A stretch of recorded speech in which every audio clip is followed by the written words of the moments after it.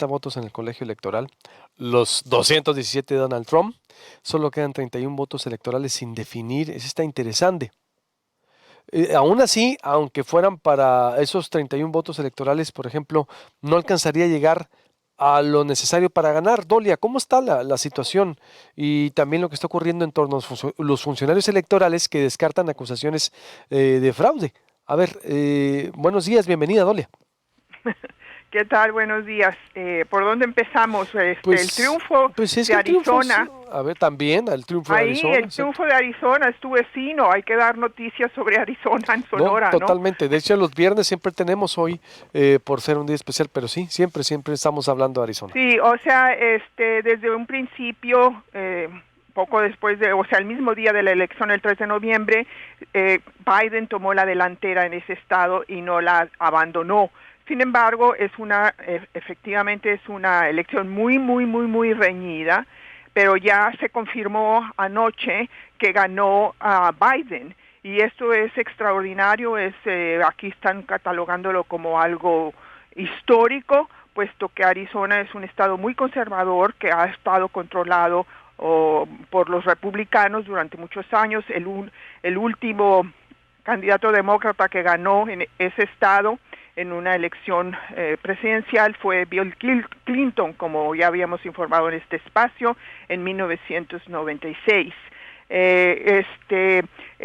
La diferencia entre Biden y Trump es en efecto muy pequeña, son solamente 11,000 votos, principalmente en el condado de Maricopa, y ese es el motivo por el cual se tardaron 10 días después de la elección para estar 100% seguros de quién iba a ganar. Y en efecto ganó Biden como se había anticipado. Ahora, esto pone a Biden con 290 votos en el colegio electoral contra Trump de 211. Todavía quedan 31 votos electorales sin definir porque siguen contando dos elecciones también muy reñidas en el estado de Carolina del Norte y Georgia. El estado de Georgia en específico ya en automático se va a ir a un recuento, que el recuento se va a hacer a mano, ya no electrónico, por la sencilla razón de que las leyes estatales dictan que si el porcentaje de ventaja del que lleva la delantera en ese estado, que es Biden, es menor al 0.5%, se va a un recuento en automático. Pero definitivamente, Luis Alberto, las matemáticas son las matemáticas y ahí no hay vuelta de hoja. Y en este momento Biden ya lleva 290 votos electorales del colegio electoral, 20 más de los que requiere. Trump lleva 211 y aún en la hipotética supuesto de que obtuviera los 31 votos que están pendientes en Carolina del Norte y Georgia, no dan las matemáticas. Suma 217 más 31, no llega a los 270. Entonces, para el mundo entero, con algunas excepciones, que uno de ellos es nuestro país, y para los estadounidenses, incluido para muchos republicanos que les hubiera gustado una elección que hubiera tenido un resultado diferente, este arroz ya se coció.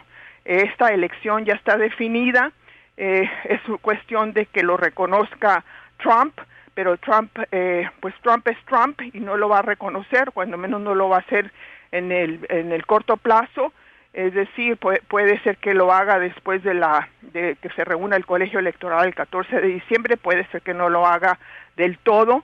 Ha estado acá acantonado, encerrado en la Casa Blanca, solamente ha salido con 2 excepciones a jugar golf 2 veces, esto estoy hablando desde la elección del 3 de noviembre, y una ceremonia con motivo de los días de los veteranos el miércoles.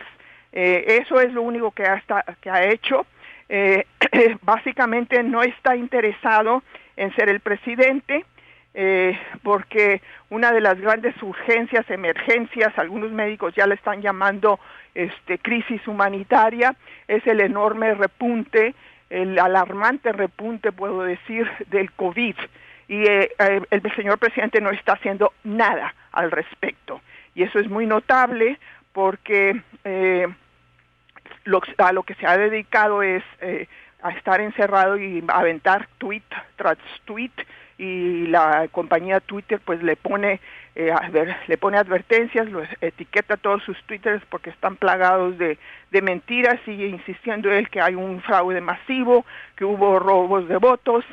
Presentó en efecto su campaña y el Partido Republicano una serie de demandas en los estados donde él cree que debió de haber ganado, y todas hasta ahora han sido desechadas por los tribunales. Las catalogan aquí de demandas frívolas, que tienen el propósito más que otra cosa de ganar tiempo, porque él creó un fondo de defensa legal con contribuciones de sus donantes y de la gente que lo apoya, pero ese fondo es en realidad para pagar la deuda de la campaña, y no tanto para pagar el equipo pues a los abogados que tienen. Entonces, pues ya la gente allegada a él, las fuentes están diciendo que él pues está resignado a que va a ser muy difícil de que pueda revertir estas matemáticas tan contundentes en su contra, pero que pues está viendo sus opciones de qué hacer después del 20 de enero del 2021, que es la fecha constitucional para la transferencia de poderes. Se especula que podría empezar a partir de ese día su campaña para el 2020, o sea, volver a intentar ser presidente en una elección que faltan 4 años, o abrir un show de esos, uno de esos programas televisivos de debate político para contrarrestar a Fox News, porque ya se peleó también con Fox News, también sus Twitter están plagados de ataques contra Fox News. Y mientras Biden básicamente no se ha metido para nada en ninguna de estas disputas, él ni se ocupa ni se preocupa por los ataques y las mentiras de fraude electoral. Su concentración, su preocupación principal como presidente electo es controlar esta pandemia que ya pues lleva más de 240,000 muertes y casos de más de 10 millones de casos en todo el país. Él ya el día lunes creó su equipo de especialistas, 20 de ellos para enfrentar el COVID, y cabe decir que pues, la única dificultad que tiene su equipo de transición es la obstrucción por parte del gobierno de Trump. El gobierno de Trump, o sea, los gobiernos salientes deben colaborar con el gobierno entrante con una serie de medidas concretas y aportaciones económicas y materiales que simplemente este gobierno de Trump se ha negado. Por ejemplo, una de las cosas que incluso hay 5 senadores republicanos que ya le pidieron a Trump que dejara de obstruir la transición, es que el equipo de Trump, de Biden, y empezando pues con Biden y Harris, Kamala Harris, la vicepresidenta electa, deben estar recibiendo informes confidenciales de los servicios de inteligencia de Estados Unidos para ponerse al día de cuáles son los puntos rojos, tanto internos como internacionales, para que cuando tomen posesión el 20 de enero no tengan que empezar de cero, o que no haya una curva de aprendizaje que puede poner en riesgo la seguridad de Estados Unidos. Eso es de cajón, y no le están dando ningún informe confidencial porque el gobierno de Trump está obstruyendo todo eso. Y ya por último, el día de ayer pues hubo una noticia.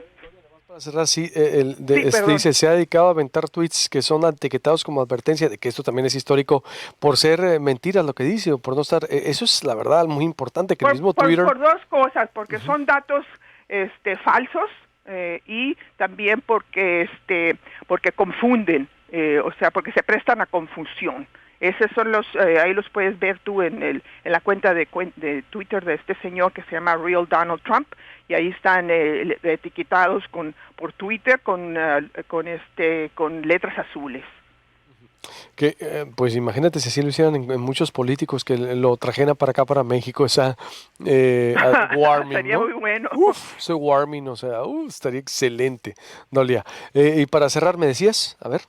No, para cerrar te decía que anoche se dio a conocer una declaración de un alto funcionario a cargo de la cibernética, de seguridad cibernética de una división dentro del Departamento de Seguridad Interna, Homeland Security, donde donde confirmó más allá de toda duda que había sido la elección más segura y menos vulnerable en la historia de Estados Unidos, y que los ataques y que los alegatos sin bases de que hubo fraude son engañosos, profundamente engañosos. Por eso es que Homeland Security, el Departamento de Seguridad Interna, que estaba a cargo de toda la seguridad cibernética de esta elección, dijo es la más segura y la menos vulnerable en la historia. El día de hoy tenemos ya la información de que Trump va a despedir al funcionario que sacó esa declaración.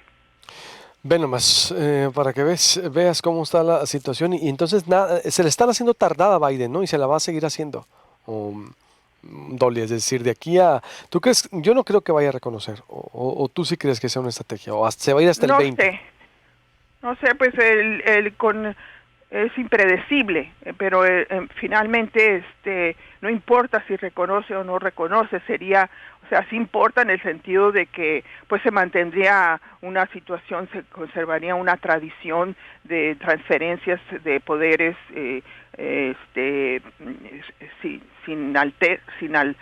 sin conflicto, pues pacíficas, ordenadas. Pero en el caso de Trump, pues él ha sido un presidente muy atípico, y es probable que nunca diga que perdió, pero simplemente se marche porque no le queda otra.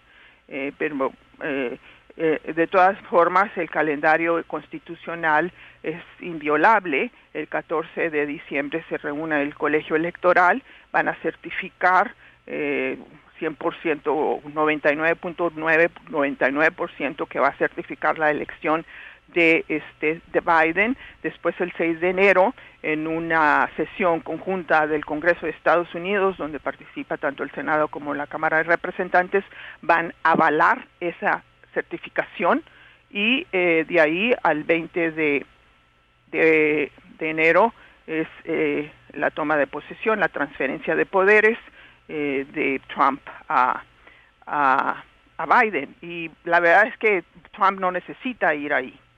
Es más que la transferencia de poderes, es la juramentación del nuevo presidente ante el presidente de la Cámara de la Suprema Corte de Justicia y de su vicepresidenta, en este caso Kamala Harris. Es una ceremonia en la que tradicionalmente hasta ahora, cuando menos en la historia moderna, el presidente saliente está presente, pero no es obligación bajo la Constitución. Entonces, todo esto es inédito, Luis Alberto. Nunca antes se había dado, cuando menos en los últimos 100 años, habría que investigar qué pasó hace 200 años, un caso como este.